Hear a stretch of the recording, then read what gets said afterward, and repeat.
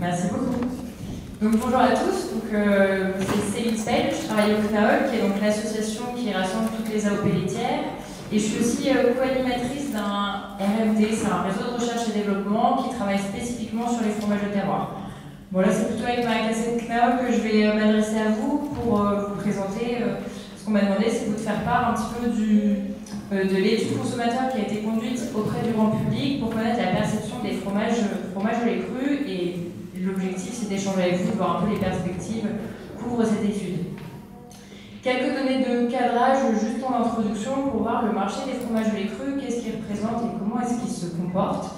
Donc la production de fromage au lait cru, pour ce qui est de la production faite en laiterie, on l'estime à peu près près de 200 000 tonnes par an. C'est une production qui est dynamique, hein, elle augmente d'année en année. Elle représente à peu près 10% de la production nationale de fromage affiné, au global. Et si on regarde les fromages affinés, c'est à peu près 15% qui sont des fromages au lait cru. Après, en parallèle de la production très suivie statistiquement par la fabrication laitière, il y a tout ce qui est fait en ferme, et dont on sait que la quasi-exclusivité est faite au lait cru. Et donc là, les chiffres oscillent. Là, vous voyez le chiffre de 25 000 tonnes. On peut aller estimer jusqu'à 40 000 tonnes à peu près de fromages fermiers au lait cru qui sont fabriqués chaque année. Donc voilà, pour vous donner un petit peu la volumétrie globale, on va dire. Sur le graphique là, ça vous présente l'évolution de la production de fromage au lait cru, toujours pareil, fabriqué en laiterie, depuis la fin des années 90 jusqu'à 2017 par catégorie de produits. Donc pour ce qui est des fromages de chèvre, donc les crus de chèvre, c'est la ligne bleu clair, donc on voit que c'est quelque chose d'assez stable qui oscille autour de 10 000 tonnes par an. Et sinon, les productions, en fait, la fabrication de fromage de lait cru, elle est essentiellement portée par le segment des pâtes pressées cuites et des pâtes pressées non cuites, qui sont les segments les plus dynamiques, notamment depuis ces dernières années. À noter que oui, sur la production de fromage de chèvre au lait cru, on est aussi sur quelque chose de très dynamique, puisque juste depuis l'année dernière, on est à plus 4,5%. Un petit zoom sur les AOP, je suis obligée. Donc pour ce qui est des fromages au lait cru en AOP, c'est à peu près 150 000 tonnes de fromage AOP qui sont au lait cru. Et donc en fait, ça représente près des 3 quarts des fromages au lait cru qui sont commercialisés sur le marché. On est aussi dans une tendance positive. Si on voit la production de fromage au lait cru dans la famille des AOP de 2014 à 2017, ça augmente progressivement tous les ans. Et puis si on se concentre sur le segment des fromages caprins, en fait dans les fromages AOP au lait de chèvre, ils sont quasiment tous exclusivement au lait cru. On a 96% de la production que au lait cru. Donc c'est vraiment un vecteur très très fort des AOP caprins. Alors, maintenant si on rentre sur l'étude consommateur. Donc pour vous mettre un petit peu dans le contexte, cette étude elle a été faite en 2018. Elle a été commanditée donc, par le CNIL et le CNAOL auprès du cabinet IFOP. Il y a 2002 personnes qui ont répondu à l'enquête donc via un formulaire en ligne. Et donc les personnes répondent à sont représentatives de la population française, aussi bien en termes d'âge que de profil de consommateur, catégories socio-professionnelles, etc. Avec 2000 personnes, on sait qu'on peut avoir quelque chose d'assez représentatif et des tendances significatives. Novembre 2018, donc c'était il y a bientôt 1 an, ça a fait suite en fait la commande de cette étude à la crise sanitaire qu'on a connue au mois de mai l'année dernière, où on était un peu ébranlé justement suite à la consommation de fromage au lait cru par des jeunes enfants, des cas de SHU, et donc on avait vraiment besoin de sentir du côté des consommateurs, au-delà des retours presse qu'on avait sur les conséquences de cette crise sanitaire, savoir du côté des consommateurs déjà qu'est-ce qu'ils mettaient derrière les crus, est-ce que pour eux c'était une attente, est-ce que c'était positif, et puis aussi c'est là où les discussions ont commencé avec le ministère sur tout ce qui était recommandations officielles de consommation, notamment vis-à-vis des jeunes enfants. Donc on a profité de cette étude aussi pour savoir le consommateur finalement quelles étaient ses pratiques, et est-ce que lui il connaissait ces recommandations-là et comment il se positionnait par rapport à ça. Alors, donc quelle est la perception du consommateur sur les fromages au lait cru? Déjà, la première surprise, c'était de voir que la mention au lait cru était relativement connue et comprise. C'est-à-dire que là, ce que vous voyez sur le graphe, c'est que parmi les répondants, il y en a 92% qui répondent connaître la mention au lait cru. Le même type d'étude avait été conduite en 2002, donc plus de 15 ans en arrière, et à l'époque, c'était 73% qui connaissaient la mention. Donc il y a eu quand même une progression de notoriété du terme lait cru qui est hyper positive, et pour nous c'était déjà la première bonne surprise de l'étude. Après, connaître la mention, ça ne veut pas forcément dire pouvoir l'expliquer parfaitement, hein, mais la plupart des répondants associent quand même la notion de lait cru à l'absence de traitement, voire l'absence de traitement thermique pour moitié d'entre eux. Donc voilà, il y a toujours du travail de pédagogie à faire, mais en tout cas on est déjà sur un terrain fertile, on va dire. Ensuite, on se rend compte que c'est un critère d'achat qui est non négligeable. Quand on pose spontanément la question aux personnes de savoir si pour eux la mention au lait cru pour un fromage est un critère d'achat, il y en a près de plus de 66% qui vont répondre que oui. Donc soit c'est un critère très important, soit c'est un critère assez important. Donc ça c'est assez positif. Après, pour relativiser ça, quand on présente au consommateur une liste de critères d'achat potentiels et qu'on lui demande de classer les 3 critères les plus importants pour lui dans l'achat d'un fromage, on se rend compte qu'en fait la mention du type de lait arrive en 7e. Donc elle est citée par près de 17% des répondants comme un critère d'achat qui fait partie des 3 plus importants. Et en fait avant on retrouve le goût, le prix, le type de lait aussi, vache, chèvre ou brebis, l'origine, l'appellation, voilà, donc ça arrive en 7e catégorie. Mais bon, c'est quand même pas négligeable, on se rend compte que ça fait partie des critères d'achat pour les consommateurs. Les points forts. On a demandé aux consommateurs quels sont pour eux les avantages d'un fromage au lait cru. Donc déjà, la bonne nouvelle, c'est qu'ils sont 75% à trouver au moins un avantage associé à ce type de produit. Déjà, bonne nouvelle. Si on regarde dans le détail, donc c'était des réponses libres, hein, les gens répondaient de manière libre à quel champ ils se rattachent. C'est avant tout le goût qui a mis en avant, et c'est vraiment ça que les gens recherchent quand ils achètent un fromage au lait cru, c'est la notion de goût, une meilleure dégustation. Et après, c'est aussi le caractère authentique des fromages au lait cru, lié au savoir-faire, au côté naturel, au côté limitation de la transformation. Et donc c'est vraiment le goût et l'authenticité les points forts de ce type de produit pour le consommateur. Et là-dessus, on peut s'appuyer. Ensuite, on a posé la même question, la question inverse, à savoir quels sont les points faibles de ce produit. Donc là, parmi les répondants, il y en a 62%, donc les 2 tiers qui sont capables d'associer au moins un inconvénient au fromage au lait cru. Alors quels sont ces inconvénients? En fait, pour moitié, on va avoir aussi bien les risques sanitaires, donc c'est parmi les 62%, la moitié qui parle de risques sanitaires, et sinon c'est plus des points de vigilance par rapport à la conservation et à la consommation de ces produits. Donc pas directement lié à un risque bactériologique, mais ça va être le fait qu'il va peut-être moins bien se conserver, plus vite se dégrader, qu'il faut être vigilant par rapport à la manière de le consommer. 38% des gens qui n'associent aucun inconvénient au fromage au lait cru. Ça aussi. Par rapport aux connaissances des recommandations de consommation, donc si on reste un peu sur... En fait, on a demandé, sans préciser quelles étaient ces recommandations, on a posé la question de savoir, selon vous, existe-t-il des recommandations de consommation associées au fromage au lait cru? Donc là, pour 45% des gens, oui, a priori, il en existe. Et 35% qui sont dans le flou, qui ne sont pas capables de se prononcer par rapport à cette question. Ça peut être intéressant de regarder parmi les 45% qui pensent qu'il existe des conseils de consommation, de voir qu'on est chez des diplômés de supérieur, CSP+, et aussi des foyers avec enfants. Donc, des petites caractéristiques quant au type de personnes qui s'expriment là-dessus. Donc, quand on leur demande s'il existe des recommandations de consommation et quelles seraient-elles, pour moitié, ils sont capables de les associer à des publics particuliers et essentiellement aux femmes enceintes. C'est une personne sur 10 qui est capable de faire le lien, qui spontanément va faire le lien avec des recommandations qui peuvent cibler des jeunes enfants, voire des bébés. Alors, ensuite, on leur a posé la question de savoir, pour faire le lien justement avec cette fameuse recommandation, de savoir, eux, dans leur foyer, quelles sont les personnes qui consomment des fromages au lait cru, pour voir un petit peu en termes des profils d'âge, s'il y avait des différences qu'on pouvait observer. Donc là, ce qu'on voit, c'est que c'est essentiellement, dans les foyers, oui, tous les adultes consomment des fromages au lait cru, et si on regarde les segments des enfants, en fait, ça oscille de 5 à 20% en fonction de l'âge. Maintenant, ces données sont très biaisées, parce qu'en fait, si on demande à un foyer dans lequel il n'y a pas d'enfants de moins de 10 ans, s'ils donnent des fromages au lait cru à leurs enfants de moins de 10 ans, ils vont dire non, ce qui ne reflète pas forcément un acte choisi de ne pas faire consommer de fromage au lait cru à des enfants. Donc si après, dans l'analyse des résultats, on a regardé spécifiquement les foyers avec enfants, qu'est-ce qu'eux répondaient, là on est dans des proportions beaucoup plus élevées. Hein. Par exemple, dans les foyers qui ont des enfants de 3 à 10 ans, bah, ils sont 68% à affirmer donner des fromages au lait cru à leurs enfants. Maintenant, l'échantillon devient beaucoup plus faible et donc les résultats pas très significatifs. Donc voilà, ces données, ça donne des... Ça montre que, voilà, en termes d'habitude de consommation, oui, a priori, les parents donnent quand même des fromages au lait cru à leurs enfants. Hein, et je pense que vous êtes les premiers à le savoir et à vous en douter. Si vous voudrez vraiment avoir des estimations fines, il faudrait conduire une étude sur le sujet. Par rapport à la vigilance, c'est un petit peu la même chose. Quand on demande aux gens si, selon eux, la consommation de fromage au lait cru nécessite une vigilance particulière, c'est la moitié des répondants qui vont dire oui.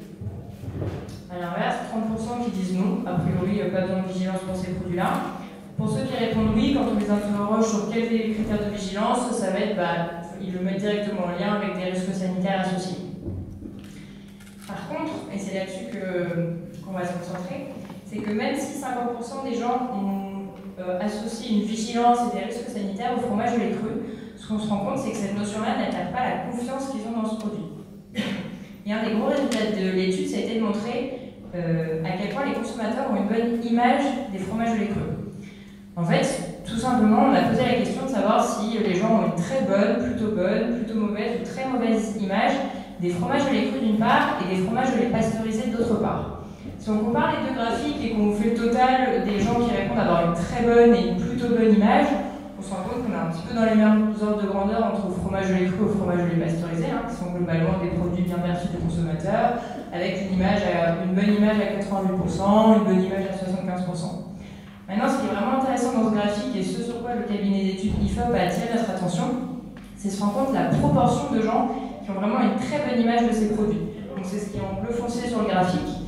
Et se rendre compte que pour les fromages au lait cru, c'est près de la moitié des répondants, donc 45%, qui vont affirmer avoir une très bonne image des fromages au lait cru.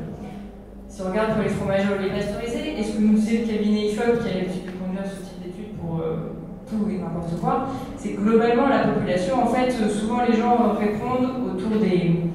on est toujours plutôt bon, plutôt mauvais, mais c'est rare de se positionner dans des extrêmes. Et là, avoir 45% des répondants qui sont positionnés vraiment sur l'extrême positif, c'est quand même quelque chose qui est vraiment significatif et remarquable, et qui permet d'affirmer que oui, les consommateurs ont une très bonne image des fromages au lait cru, et pour le coup, ça apparaît vraiment de manière flagrante. Et ensuite, toujours pareil dans cet exercice de comparer entre fromage au lait cru et fromage au lait pasteurisé, on leur a demandé de réagir par rapport à un certain nombre d'affirmations, dire s'ils étaient plutôt d'accord, plutôt pas d'accord, tout à fait d'accord, pas du tout d'accord. Et entre eux, voilà, si ça correspond au fromage au lait cru et au fromage au lait pasteurisé. Donc là, si on prend un petit peu le temps de regarder dans le détail ce qui ressort par rapport à ce graphique, c'est déjà de se rendre compte que dans les affirmations qui remportent le plus l'adhésion pour les fromages au lait cru, donc c'est ce qui apparaît sur la gauche, hein, voilà, les gens à plus de 90% affirment que c'est un produit qui a un goût authentique, qui respecte des méthodes de fabrication traditionnelles, qui est appétissant, ouf, qui conserve toutes ses qualités nutritionnelles, qui a un produit vivant aussi riche en micro-organismes. Et pour nous, ça aussi, c'était une surprise de se rendre compte que des consommateurs, entre guillemets, lambda, étaient vraiment capables d'associer cette particularité de la richesse en micro-organismes des fromages au lait cru, et vraiment de manière significativement différente par rapport au fromage au lait pasteurisé. On se rend compte que oui, c'est une spécificité, et le consommateur, mine de rien, en a conscience. On peut tout à fait mettre en avant. Après, si on descend tout en bas de l'échelle et voir les assertions qui emportent le plus d'adhésion, on va dire du côté des fromages au lait pasteurisé par exemple, donc quand il y a un petit plus vert sur la droite, forcément le fromage au lait pasteurisé est celui qui lui va être fabriqué de façon à offrir une sécurité maximum, est un fromage que l'on peut consommer quel que soit son âge et quel que soit son état de santé. Si on regarde du côté des fromages au lait cru, c'est vrai que du coup, quand on pose la question de savoir si ce produit présente un risque sanitaire, on retrouve pareil donc 49% de répondants qui disent que oui, il y a une vigilance et ça peut présenter un risque sanitaire. Maintenant, ce qui est intéressant aussi, c'est de se dire ok, on a 50% des gens qui pensent que ça présente un risque sanitaire, et pourtant, on va avoir 85% des gens qui disent que c'est un produit qui inspire confiance. Et c'est vraiment se rendre compte de cette capacité du consommateur à d'une part avoir conscience des risques sanitaires associés à ces produits, et en même temps être tout à fait capable de les intégrer, et à côté de ça, d'avoir confiance en ces produits, de pouvoir aussi affirmer à plus de 78% 98% que c'est un produit qui est fabriqué de façon à offrir une sécurité maximum, c'est-à-dire que je sais qu'il peut y avoir un risque, pour autant je ne remets pas en cause la manière de travailler et je sais que tout est fait pour in fine me proposer le produit le plus simple possible. Et puis toutes les assertions du début, un goût authentique, est appétissant, est un produit noble, enfin voilà, donc il y a vraiment cette capacité du consommateur à avoir conscience du risque sanitaire et pour autant sans que ça vienne dégrader l'image du produit et la confiance qu'il peut avoir en ce produit. Donc ces éléments, c'est vrai que ce que disait Jean-Philippe, ça nous a quand même fait du bien, globalement, cette étude, se rend compte que, bah oui, déjà, on peut se dire, le fromage au lait cru correspond à une attente du consommateur. Et ça, mine de rien, c'était important de le réaffirmer et de se rendre compte collectivement.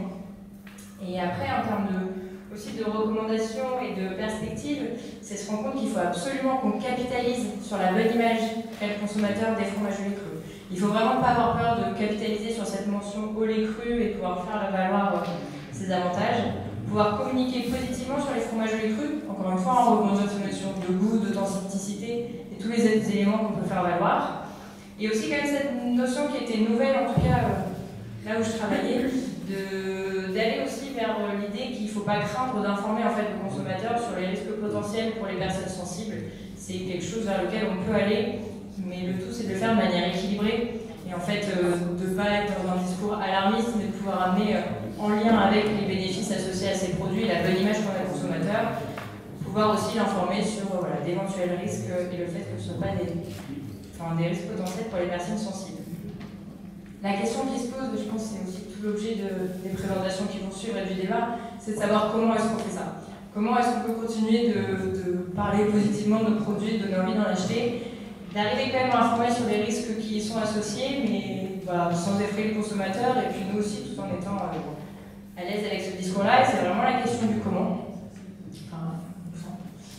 Un des outils sur lesquels on a travaillé cette année, c'est un site internet, vous en avez peut-être entendu parler, c'est le site www.fromageauletcru.fr, qui a l'ambition de devenir un site de référence d'information sur les fromages au lait cru. Il faut savoir qu'aujourd'hui, si vous tapez fromage au lait cru sur Google, si vous l'avez déjà fait, la première sortie, c'est avec Doctissimo et des sorties de ce genre-là. Et c'est vrai qu'on s'est rendu compte qu'il y avait un intérêt à pouvoir faire valoir de manière factuelle, et puis avec un caractère institutionnel, mais en fait, déjà répondre à la question de c'est quoi un fromage au lait cru, avant de s'inquiéter des maladies potentielles qu'on peut avoir avec. Donc c'est quoi un fromage au lait cru?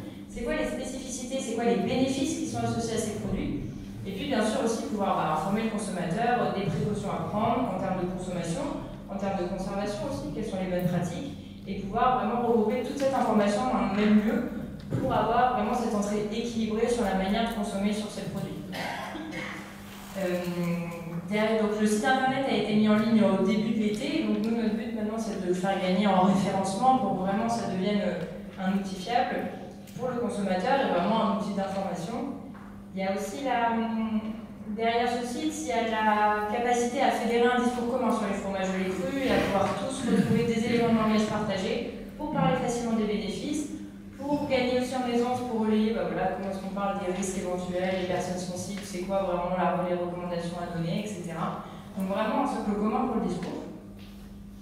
L'identité visuelle, en fait, elle se retrouve derrière un petit peu ce logo, et nous, ce qu'on aimerait, c'est pouvoir capitaliser sur ce visuel, capitaliser sur l'adresse du site internet, pour après pouvoir outiller tout un tas d'acteurs qui sont en contact avec le consommateur, que ce soit aussi bien en vente directe, que ce soit pour les détaillants, que ce soit aussi à réfléchir à un relais via les fromages préemballés, tout ce qui est commercialisé en libre service, et puis certainement aussi en lien avec la note de service qui a été diffusée, un travail vis-à-vis de la restauration collective en disant oui, certes, il y a une note de service, il y a des recommandations à faire valoir, pour autant il ne faut pas non plus surinterpréter les choses, il faut regarder les fromages au lait cru dans tout ce qu'ils doivent offrir et pouvoir en fait avoir une application, on va dire, raisonnable de cette fameuse note de service. Donc voilà, tout un travail à décliner avec comme socle une même identité visuelle, un site internet qui fédère les éléments de langage et arriver tout ça à sa prise. Et puis juste en conclusion, ce que je voulais amener aussi, c'était la notion pour alimenter cette communication collective et gagner en argument, même si on l'a vu, il y a une bonne image, donc il n'y a pas non plus besoin de... Je pense qu'il faut aussi arrêter de se faire peur et vouloir absolument que tout soit démontré scientifiquement pour pouvoir dire que le produit est bon. Les consommateurs savent l'authenticité, le goût, il n'y a pas forcément besoin d'études à foison, il faut juste se faire confiance et oser en parler. Par contre, sur les aspects santé, sur d'autres aspects, je pense que là, il y a encore vraiment besoin d'éléments scientifiques et de choses qu'on puisse faire valoir vis-à-vis des consommateurs, mais pas que, hein, vis-à-vis de l'administration aussi. Et donc là, il y a tout un travail de recherche et développement en lien avec nos partenaires scientifiques, on va dire.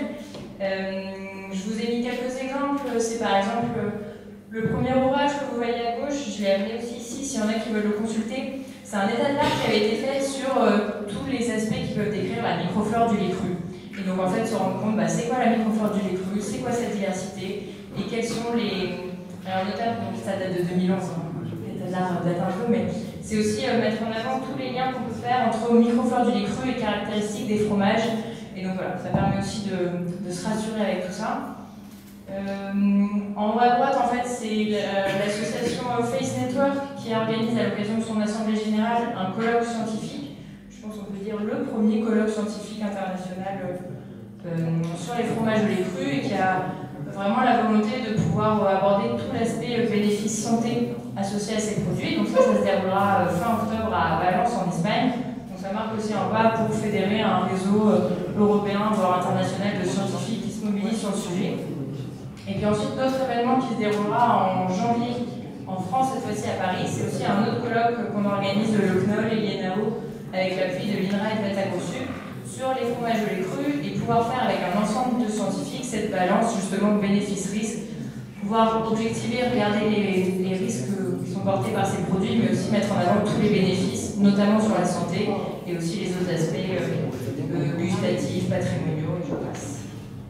Voilà pour les perspectives. Merci pour votre attention. Je sais pas